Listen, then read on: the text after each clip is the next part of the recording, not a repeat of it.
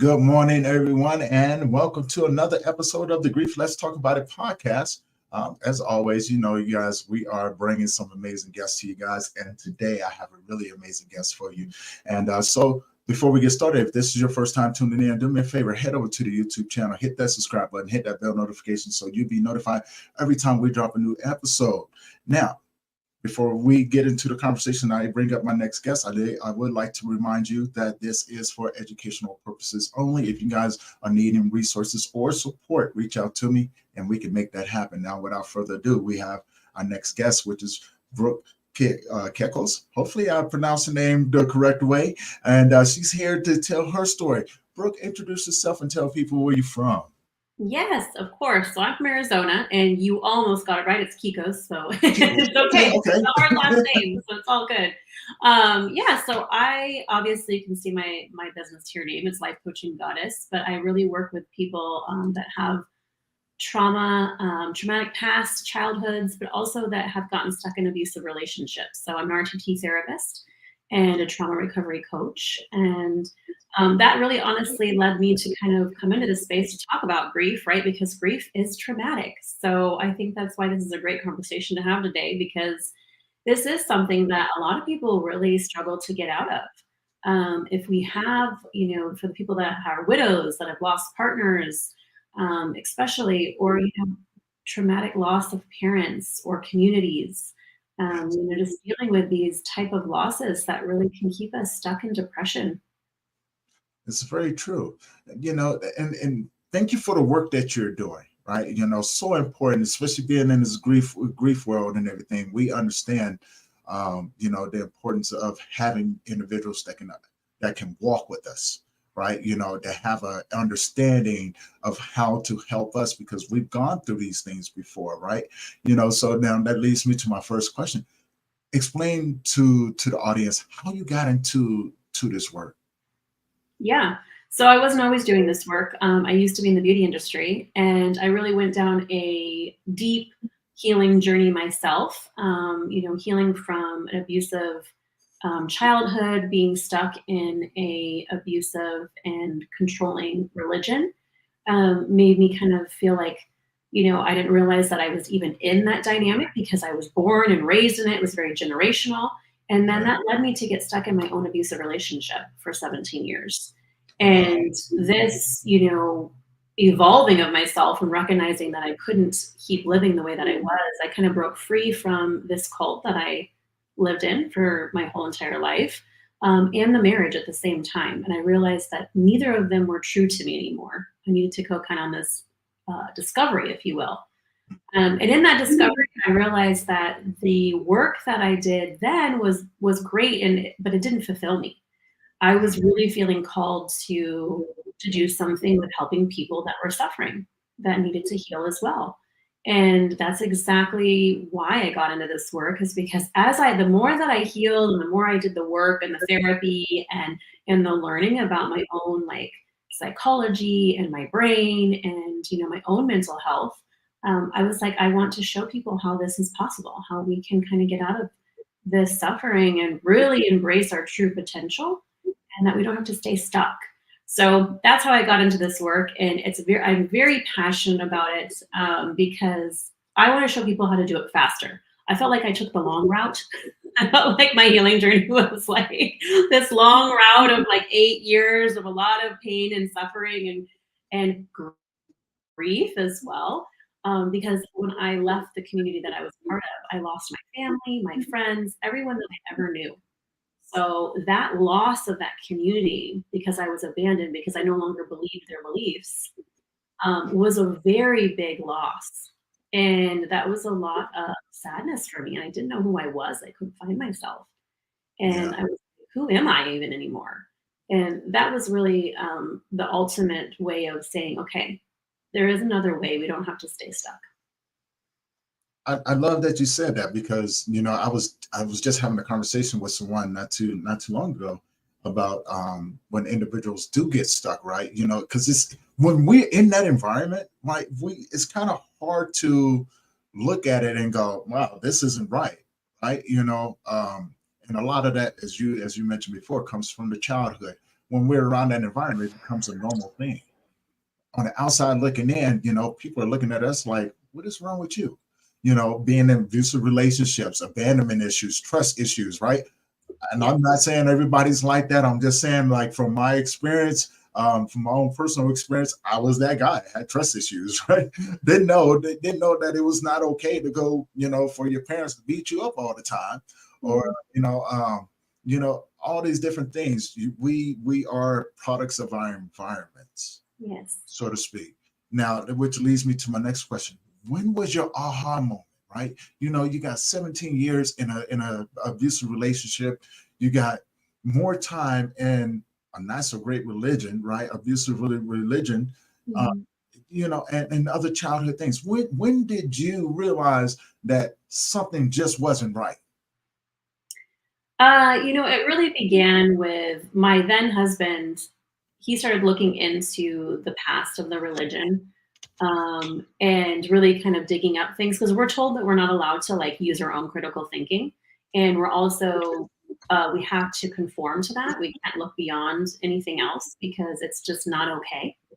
And we get in trouble. So when he started to do that and he started to discover some things, that started to make me question everything. And then the moment that my then husband actually put a knife to my throat, that was the moment where I kind of like saw, like, even though we'd had other encounters like that, other, domestic violence issues like that, that really was the ultimate turning point and the catalyst for me saying, what am I doing? This is not okay. Like, we had kids, all of these things, and I just knew that that was not okay, and anymore. And that's really was the awakening moment for me to get out, and that was really ultimately what began that journey for me. And I knew that within the community, leaving that community, the aha moment for that as well was that I could not be fake. I couldn't pretend. If I questioned something and I didn't fully feel like I was 100% in it, and it wasn't part of, like, it wasn't from my heart, then I knew I wasn't being authentic. And I was like, I can't fake going and doing this thing just because I don't want to lose my family, or just because I don't want to lose friends or community. I realized I needed to move out of that and go and find my way, whatever that looked like. I didn't know at the time. Wow. Now, what was the healing process? Because that's a lot of mental damage. Yeah. Yes, Inflicted, clearly. inflicted on a person, and I can only imagine the community. Those who are stuck in that environment, right? What was the healing process like for you? Because you have to go and redefine who you are. You have to figure out all these other different things that are associated with that. And pretty much you have to rewrite your life over.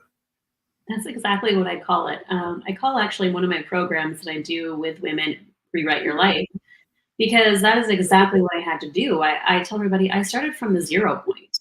I had to completely recreate a foundational piece of who I was going to be, what I believed, who I wanted to be, and start from there. And I didn't really know necessarily at first. I feel like I went through a really great discovery process. I really tried to excel in my old career in the beauty industry. I got very involved in that. But when I recognized that wasn't truly fulfilling me, that's when I obviously discovered doing the work that I do now. But it was this path of realizing that I needed to keep going on this journey and this discovering of who I was going to be and what I was going to believe, because I had this ability to be easily manipulated because I had been in the past, right? I would believe and take things at face value. If someone said something to me, I just took it as it was truth, because that's what we're raised to believe. That's what I was conditioned in this society, was you believe what we tell you, and anything outside of that you can't. So I had to like kind of unravel those old belief systems, because I was like, I have to just actually find out what feels good, what feels like truth to me, rather than listening to someone else and saying that this is what I'm supposed to believe. I got a couple questions up here. Okay. I'm going to pop them on the screen. they have some questions for you. So we're going to do this first one. Lincoln. Oh, okay. What's the question? Oh.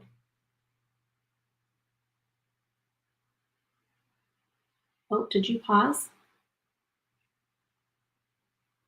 Are you there? I can't hear you anymore, Tony.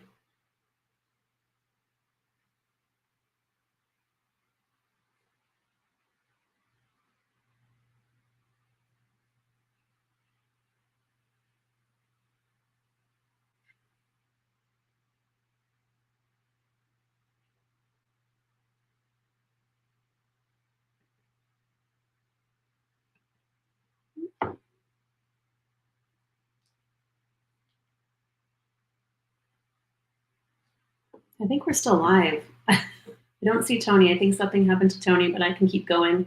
Lincoln, I see your question. Well, as you know, brother, that I've held onto anger because of loss.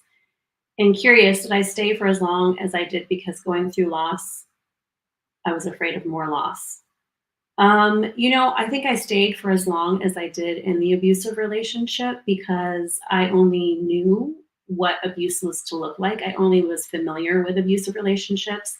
I was raised in a dynamic with my parents that I saw what abuse was like. My father was very narcissistic. Oh, Tony, are you back? Yes. My internet just kicked me off, so I apologize for that. That's Technology okay. is good when it works. I started answering Lincoln's question because I was still here and I knew we were live, so I just kept going.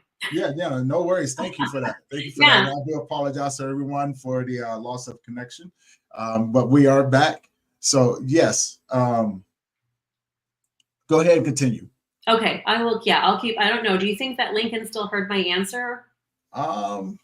Because you weren't live, but now you're back. Yeah. Well, we can ask him. Lincoln, did you hear her answer? If not, put a comment in the section over here and let us know. Yeah, I'll wait for his answer here for a second, and then I'll answer. I think it's Leica. Yeah, how did you escape the situation? And to be honest, the way that I escaped was one, I said I wanted a divorce, and was able to thankfully finally break free from him and get him out of the house and start that process. And it went pretty smoothly. I felt like we were able to. I think he was ready to be free and I was ready to be free. And it wasn't like he had to try. I mean, he tried to hold on to the relationship a little bit, and so did I because we were trauma bonded, right? When you're trauma bonded, man, that codependency and all of those things. I mean, I literally felt like I was coming off of a drug when he left the house because I was so chemically bonded to him, right? In that up and down cycle of all of that abuse that I had survived for that long. But once that was done and over with, I was able to start that healing process of being separate and on my own. So I was thankful to get out of that situation and truly find myself for sure. And Lincoln said yes. Yes. So yeah. And Lincoln, to answer for your anger because of loss, I definitely went through that as well. Anger is, we sometimes like give anger a bad rap. Like we're also allowed to be angry about the situations that we've endured and the experiences that we've had because of the people that have hurt us. I think that we don't give enough credit to that. Do we need to, we need to be able to feel that anger and process that anger. Otherwise it gets stored in our body. And, that's why I do the work that I do. We got to be able to process that stuff or it's going to come out somewhere, some other way. What happens a lot of times, and I've known Lincoln for quite some time, years, and I would tell you, you're talking about the amount of loss and, the justified anger that comes along with that. When I say that he has experienced more loss than the average person, I'm talking about over 200 people within a short amount of time. And I've been with him. I'm talking about cousins, friends, you name it. I've been with him on many of those occasions. So when he asked those questions, he's like, am I justified in the anger? And I used to always tell him, yeah, man, you are justified. We just have to figure out how to move with this instead of letting it consume you. And you know, when you've been in a situation like that, you have to, you know, look at the total environment and go, wow, you know, what sort of plan do I need to come up with in order to not let this thing take over my day to day? Because then you can leave it, you know, as we all know, you know, you can leave a trail of hurt people without even trying. And so, yeah, you know, thank you for answering that. Lakai has another question for you. Oh, yes. Was it hard to start getting? Oh, yeah, getting out of this. Yes, for sure. It was definitely hard for me. I felt like I went through, I would say, a nervous breakdown.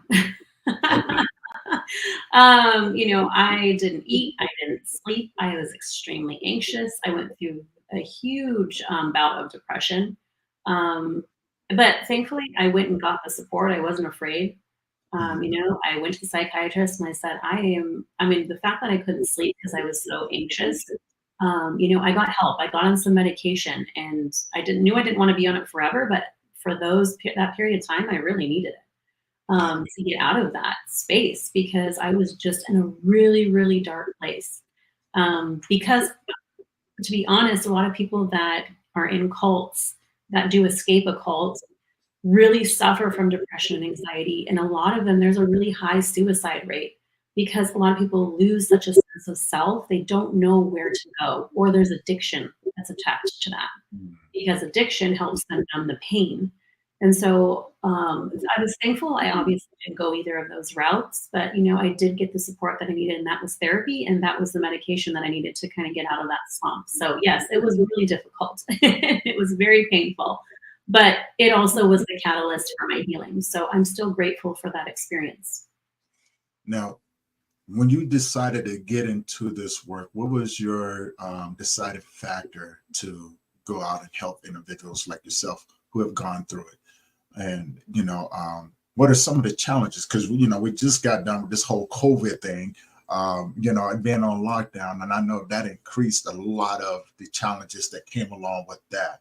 You know, so what was your deciding factor that said, you know what, there has to be more people out there like myself. I want to help them. Yeah, you know, I think it was when I found RTT, which is rapid transformational therapy. Mhm. It's hypnosis, but it's a combination of like cognitive behavioral therapy, psychotherapy, and hypnosis. I was doing, you know, I felt like I was in a good space, but I was getting really stuck in my triggers. I had gotten myself into a new relationship. Granted, this was a few years down the road. I Mhm. had found a new relationship that actually was a healthy partner, but I couldn't know the difference. I still was questioning it because I was still like, is this a healthy partner? Am I like being gaslit? Am I like having the same situations? Am I being blind to these situations? But realizing that he actually was a healthy partner. But I had my own wounds, my own triggers, my own traumas that I hadn't processed that I was getting stuck in still. And so RTT helped me to get into my subconscious mind and process more of these traumas that I was still trying to replay out. Because if anybody's understanding, I had complex PTSD. I was diagnosed with that, Mhm. which is emotional flashbacks and imprints from the past that replay themselves. And you feel it in your body, you think it's happening in that moment, but you're not really clear because I was living in this survival state still. Even Mhm. though I had been out of this for a few years, I was still struggling. And RTT really helped me to break through those blocks and process the trauma that I needed to process so that I could really move forward in my life. And when I did that, I was like, I've got to go to school.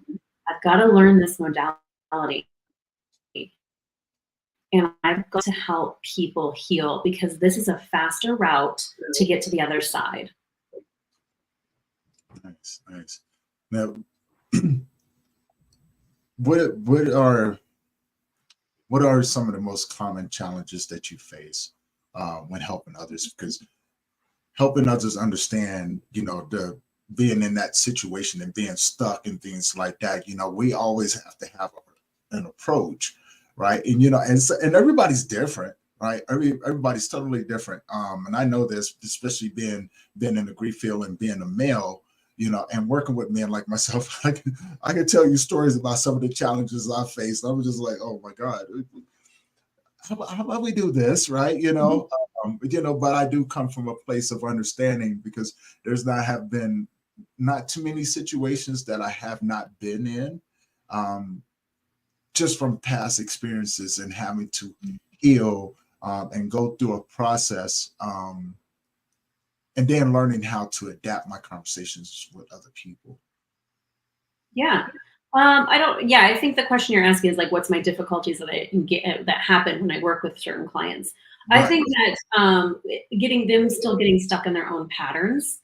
Letting them get awareness over their patterns and their triggers is key. Because if you come from trauma and you have some deep traumatic past with abuse, sexual abuse, I work with sexual abuse victims too. We can really get stuck in our patterns because we're not aware of it, because this trauma is still kind of replaying out in the mind. And so what I really find is sometimes these women kind of keep getting stuck in the pattern. But the more that they work with me, the more that we're able to notice and identify their wounds and their patterns, and then help them to break free of that even more. So sometimes it has to come up a few times, right? Sometimes they have to replay those patterns and those triggers out, 5, 10 times. But the more that they do it, the easier it is for them to navigate their way through it and realize, oh, wait, I don't have to operate this way anymore. I can operate from this space. And so I'm really teaching them to learn the ways of trauma and be trauma informed themselves, so that they can understand why they operate the way they do. Nice. Yeah. Lincoln put up another question. I think you answered it, but I'm just gonna. Yes. Do you have any advice that could possibly help another female to actually get out of an abusive relationship? And coming from the outside looking in, there's a certain fear for that individual. So I'm gonna let you answer that one for me. There is, you know what I mean? And it's unfortunate. I think, when we see other people that are in abusive relationships, we want to help them because, we have the third party perspective. We can see from the outside. And if she's open and honest about it, which I wasn't, I kept mine a secret. Mm-hmm. Nobody knew. Nobody knew about mine. I didn't want to feel the shame, and I didn't want to portray that. But for women that are open and honest about it, it's more of being able to be a really great support system for them, and show them what's a healthy relationship and what's not a healthy relationship. But we can't make anybody get out of a relationship. We can't tell anybody that you've got to go. They have to be ready to make that leap. They've got to be in the position to actually want to, because if we try to force them or help them or whatever, most of the time it's actually a stat that women take up to 7 times to leave an abusive relationship. They leave, they go back, they leave, they go back. It's the codependency trap. It's the trauma bond that keeps them coming back. So I left my relationship, actually filed for divorce once, and left for 9 months and ended up going back. So yes, you can see this is a pattern that most women that have been in abusive relationships do over and over again. So they have to be at the point, like I was, that just said, I won't do this anymore. This is not who I am. So we can give them beautiful support and guidance and show them, right? Like, that's not healthy. Why would you want to do that? Like those type of things, but there's nothing that we can say or do beyond that that's going to make them make the leap. They got to choose that.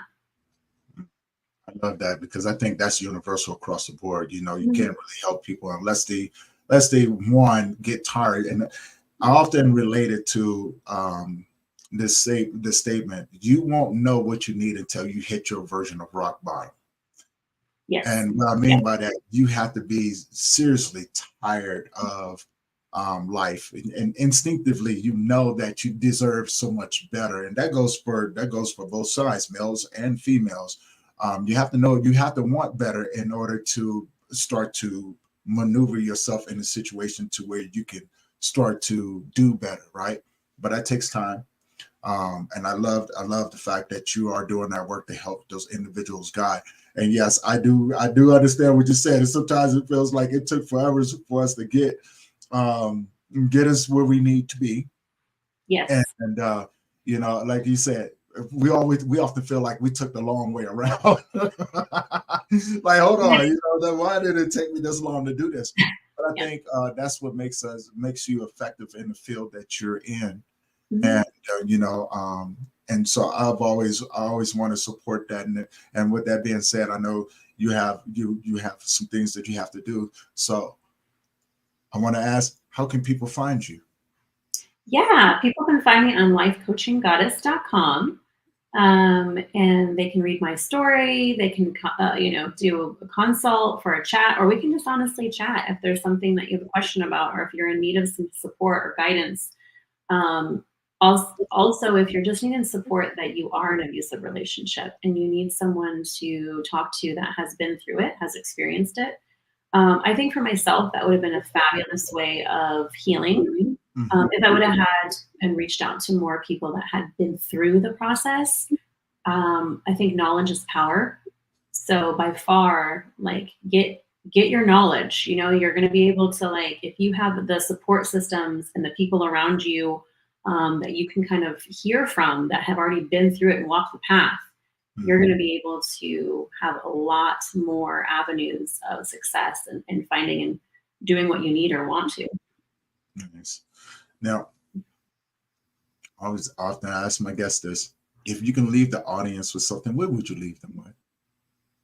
I would say heal your mind and you can change your life. I truly believe that is the truth. That is what happened for me. You know, having the complex PTSD, the anxiety, the horrible dark thoughts, and recognizing that if I could heal my mind and recognize I could change my narrative, change my story, rewrite my life, that changed the projection of my life. That changed how I felt inside, who I was, how I showed up. And it helped me move forward in life and be able to embrace purpose and love again and bring great things into my life, community that I had lost, right? Bringing that in for myself, just knowing that there is nothing that we go through that we cannot survive and create better for. I love that. To answer your question, Lincoln, I will put her information in the description and everything, so all her information will be there. Contact her if you know, especially in the situation that you're talking about. And I think Brooke would be an excellent resource for her to be able to begin to start that process of getting out of that situation. Brooke, I know you got to go. Love having this conversation. We got to do it again. And so, with that being said, thank you for being on the show today, sharing your journey, and I look forward to seeing a lot more and seeing how we can help each other moving forward in the future. And with everyone else, thank you for tuning in for this episode of the Grief Let's Talk About It podcast. Again, Brooke's information will be in the description, so give me a second. I'll get it all up there for you guys.